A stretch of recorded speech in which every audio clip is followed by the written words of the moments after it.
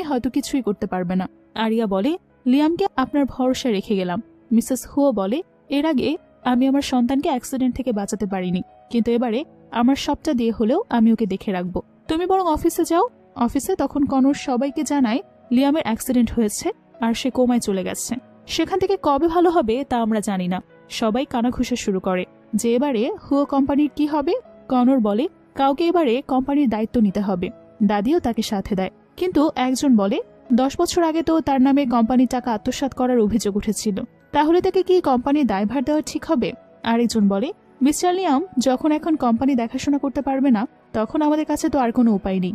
Conor বলে, আমি তখন ভুল করেছিলাম, আমাকে একটা সুযোগ দিন, এবার আমি থেকে নিজেকে প্রমাণ করব।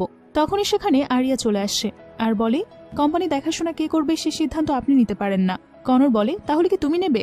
একজন বাইরের মানুষ হয়ে তুমি আমাদের কোম্পানির ব্যাপারে মাথা ঘামাতে এসো না। দাদিও তখন আরিয়ার বিপক্ষে কথা